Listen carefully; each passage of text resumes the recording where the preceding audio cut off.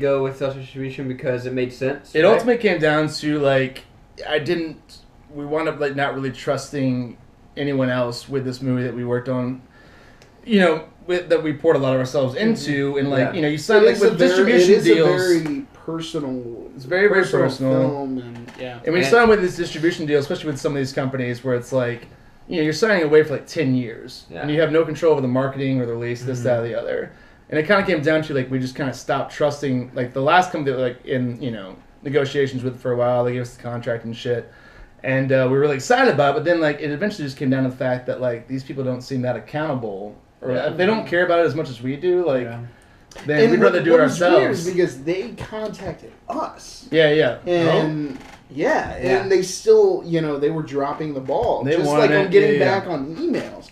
It wasn't like we sweet talk. Hey, fucking please take this movie. No, we didn't. Well, how would you normally? They sought us out. What's up? How do you normally go about getting your stuff picked up by distribution? Honestly, it's an ongoing learning experience. Like, so you're learning every film day. festivals is a big for people that don't know. Absolutely. Like film festivals is a big part of it. Well, I feel like just to like speak briefly about some of these more like, I don't say this disparagingly, but like mid-level distributors, whatnot. Okay. Of like movies of our kind, of our budget. I mean, no, not at all. There's like, different levels to this. They're quality companies, but it's like I think a lot of them prey on the fact that we're low-budget, independent filmmakers who don't have a lot of ends at this moment. Most of the people just want distribution. Yeah, and they count on us like feeling like we need them. Yeah. Like we need that kind of validation or that kind of like those channels. And I'm not saying that's not like, sometimes that is the way to go, but in this particular situation at least, we just felt like, you know what, we could release this on our own better and it'll be like more worthwhile. We can do what they were doing and take the on our own terms. Which we got. And get all profits going to us as opposed to their marketing cap and and not knowing where their marketing. And with cap those profits, we can finance other movies, and that's the whole thing. We're just gonna keep making our movies as frequently as possible. I actually wanted to talk to you guys about that. You guys, I mean, as far as people I've run into out here in the time I've been out here, you guys have shit on deck all the time. Yeah. Like there is something either in the works or in post or you've written it and it's you're starting to do some stuff. You're thinking about people who to cast, pre-production. When I think about you guys, I think about there's 3 projects a year that you guys are knocking out on average. If not completely filming, at least having the pre-production done, ready to go. That's definitely all with content and having enough content and releasing quality content. That's what I'm saying. That's the big thing because we can be like any Joe Schmo on YouTube, just releasing shit all the time. That's what I'm saying. I've seen your guys' stuff. Like I went to the screening, I went to the play. It's not bullshit. It's stuff that you guys actually put heart into. Yeah. So it's like it's not stuff that is one draft and you're like, this is the shit. Yeah, Let's do this. It's not your fucking your YouTube kid that's like, oh, this is my movie. It's an hour and a half. No disrespect to all the YouTube kids. Keep putting your content out there. Yeah, but that is like the next thing. It's like trying to figure out because like with YouTube, Netflix, everything like that. Yeah, the content is so readily available. We gotta, which is great. It's like it is great. Yeah. But you filter out. This is what I'm saying though. But how does the normal movie-going person filter out the shit? Yeah. From something that's above average. That's what I'm getting at. Is like you guys personally step above and beyond as far as the way you approach going at your content. You don't want to do this bullshit. You want to do something that you're proud of putting out. Right. And that's what me and Drew have always been about this whole time is like we waited 8 months to do this podcast because we wanted to put out something that we were solid about putting out. We didn't want to put out something that was just whatever. Right. We wanted to have an idea, a platform, something that we were get the people involved that we wanted involved. And like it was very planned out, and I feel like you guys go about it the same way. Like you guys think about what you're going to go. On top of that, people that move here, and I know, and I'm gonna kind of not a spoiler, but like in one of Alan's next films, he talks about somebody who goes and pretends to be like they do, so that the musician in the film. Mm-hmm. It's like that's a lot of like when people move out to LA, they say they do this, they say they do that, but they're a waiter or they do this and they do that, but they don't actually pursue what they're doing. Everyone knows what they gotta do. But yeah, you do run into like a lot of people who just kind of talk. And it becomes very frustrating, especially when it comes down to people that you really actually you go to care about and love, and you want to see them like step things up and apply themselves. But you do run into a lot of people who just kind of like sink, they get caught up in the back. I don't think it's like a negative thing on them, because I know some people see it as it's just that black and white, but I don't see it as like a negative one. It's more, that's what I'm saying. It's more like I'm coming from a place of like it hurts my fucking heart to like see people that like I care about, like they want to do these things, but they're not like on a daily basis like applying themselves towards being able to do that. And like, cause like it's really easy to come up with excuses. Like I always try to make sure that everything I do, as much as possible, is fueled by reasons. Here are the reasons I'm doing this. But a lot of times I just run into like people who like think they're giving reasons, but all I hear is excuses. Like, well, there's this, there's that, and the other. And like, well, there always will be if you allow it to be. LA is like any place. It is what you make of it. Well, I think if like with anyone who has any content that wants to get out, just fucking do it. Just do it. Yeah. And I think going back to like what you guys were saying about as far as like valuing the quality of the content you're putting out there, I think that comes from a place of like, I think we're all like trying to connect and like all trying to say what we need to say and connect with people on a real level, as opposed to like I think some people are just seeking attention, and that's all they really care about. What is that though? What is that? What is that like as filmmakers, as creatives, as artists? What's that reason that we need our voice to be heard?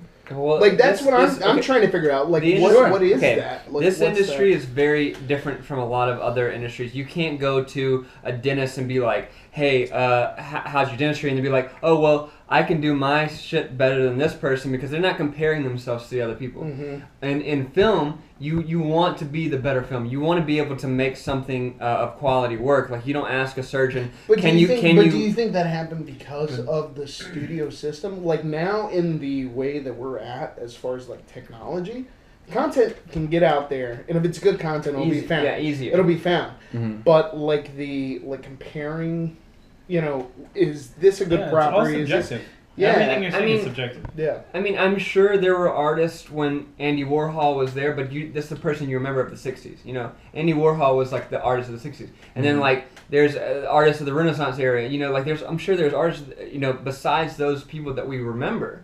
But we always, when I think society is attracted to art and film and, et cetera, like, throughout the years because it's what entertains us. It's what keeps us from thinking about what if it's keeping about things our personal life or whatever, or reminding us who we are or like whatever. So like entertainers have a lot of stuff put on our shoulders. So we have to express, we have to show people. So I think that art of being able to tell stories and do stuff for people that they can't do for themselves, and like show them that, hey, look. No, but I think like everyone has that artistic streak in them.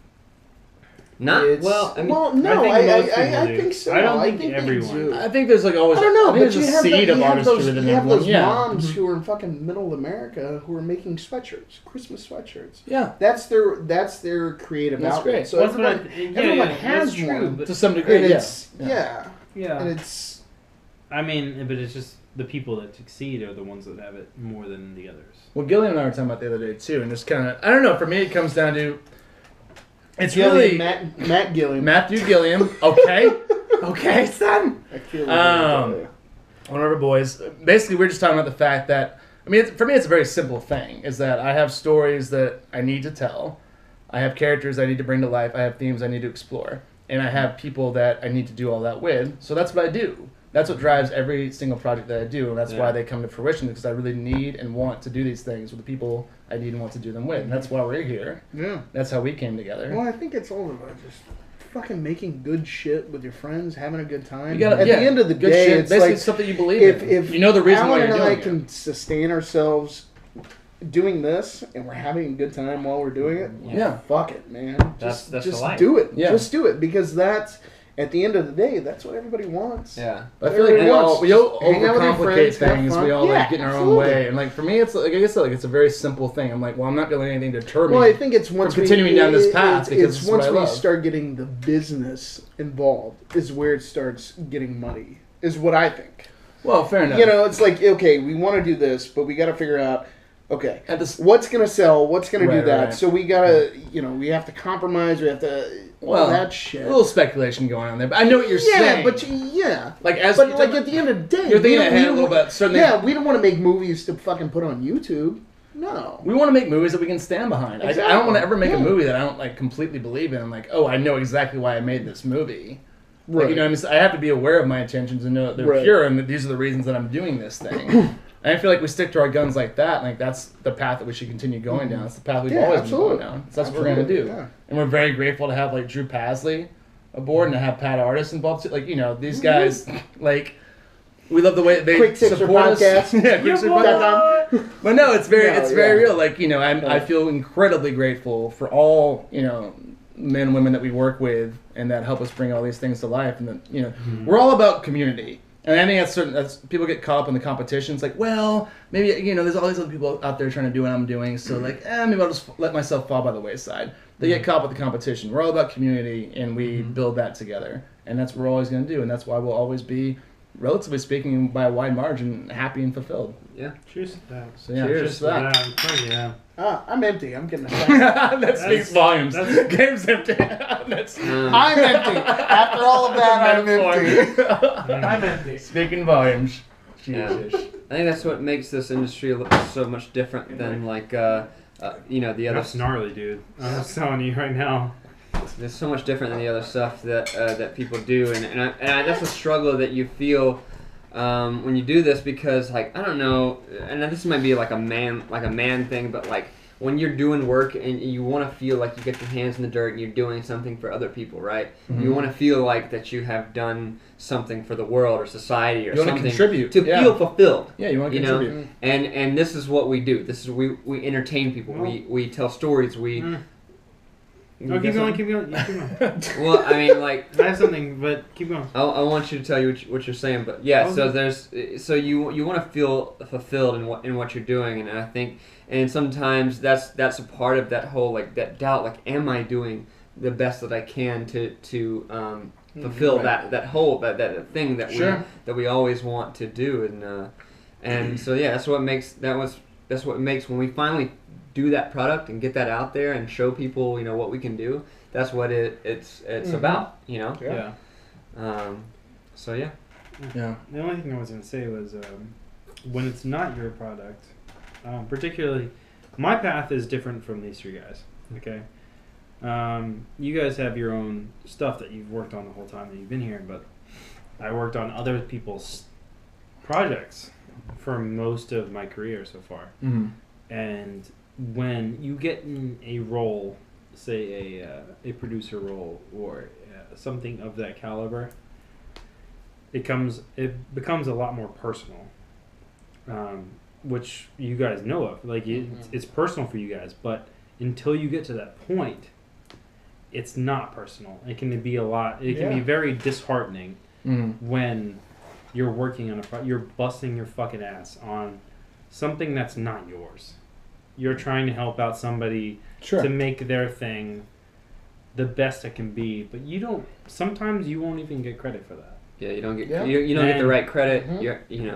Sometimes your name will not be on that credits on the show. But is that why? But is that why you're doing? Exactly. Is that why you're doing this? No, that's what I'm saying. Because for me, it's like if I can just make movies and not have anybody know me, I would be fucking elated. Yeah, no, that's not what I'm saying. Like that would be my perfect world. If I could not know Gabe, I'd be fucking elated. So we're exactly. We're on the same fucking page, bro. That's what I'm saying. Is like, what I'm saying is, if you're coming into this business, right, depending on the path that you take, there's all different kinds of ways. Yeah. There is paths that are very, very not. They do not recognize you, Okay, Mhm. you were not part of that. And we've all done work on those kind of projects. Yeah. More so. Yeah. You don't get recognized for your effort. Right. But then there's some that you're like, all right, so when you think of the new Star Wars, you think of, oh, J.J. Abrams. Mm-hmm. There's probably 300 people that work on that movie. Yeah. Mhm. Okay? Those people are not getting recognized for that movie. It's J.J. Abrams' movie. Mm-hmm. Yeah. That's what I'm saying. The background people... Co-written by Lawrence Kasdan, though. That's There you pretty go. exciting. Yeah. That's what I'm saying. Like, those dudes, like, if you're thinking about coming out here and doing that, just be prepared to be one of those people. Yeah. Be the ones Yeah. be the ones No, in the... Well, it can't be an until ego you make trip. your Yeah. Yeah. until you make your own road and like you're able to like People are do- following you know, that that's- road. that's- yeah, that's people, what I'm saying, you know, though. It's people, like- you want to do what you want to do and That- you're able to do yeah, that. yeah. No, that's what I'm saying. Is like you're gonna be one of those people unless you really want to shine a light on the thing that See, you're and then proud also, of. And also, you know? like doing things like that, it's like you meet so many fucking people. Exactly. Yeah, You meet exactly. so many That's how you people connect. who like you connect with. Maybe not on, whatever show you're working on. Maybe it's the shit show. Mhm. Whatever it is, but That's a good you program. bond with those people. It's a Solid. good name. Shit show. It's on Shit Ellen. show. Dun-dun-dun-dun-dun. I'd be surprised if it wasn't a shit show in existence. Podcast point two. Yeah. Podcast. Shit show. But it's like you bond with those people. It's like waiting tables. I'll equate it to waiting Yeah, yeah. tables. Oh, But yeah. it's like everyone hates that fucking restaurant. Fucking sucks. Everyone that comes into it fucking You're never sucks. gonna eat there But on your day off. those people you went to quote unquote war with. Yeah. You Yeah. know, those are your friends. Yeah. And like some of my closer friends I have worked with in Mhm. restaurants. Yeah. And Quite a it's- few of and- us. Yeah. I will say this last restaurant I ever worked at, 20 Piece Dog Stud Grill, is a great fucking place. Check it out. Marina Del Rey. Love that place. Good people. All right. The owners, the managers, the employees, everyone. Good people. A lot of the regulars, customers, fine folks. 20 Piece Dog Stud Grill. Yeah, right. 4445 Adam Two-Way. Oh shit. Marina Del Rey, California. No, it's a good spot. I'm grateful for that to be the last restaurant I ever worked at. Like, they're Good. Yeah, you got a they're solid. great team. You got a solid job right Yeah. now. So you finally got out of the waiting You waiting are industry. full on industry now. I'm You're full- you are not. You don't You're have not a serving, side job. You're not serving. I you're do. not- Well, I do like gigs. Like I do like commercial treatments and stuff right Still, now. That help and pay That's the bills. not Oh, a yeah, side yeah. job. No. That's my thing. It's like everything. Like for me, like I got to like I knew eventually Phone's dead. it gets the where basically all my income now comes from like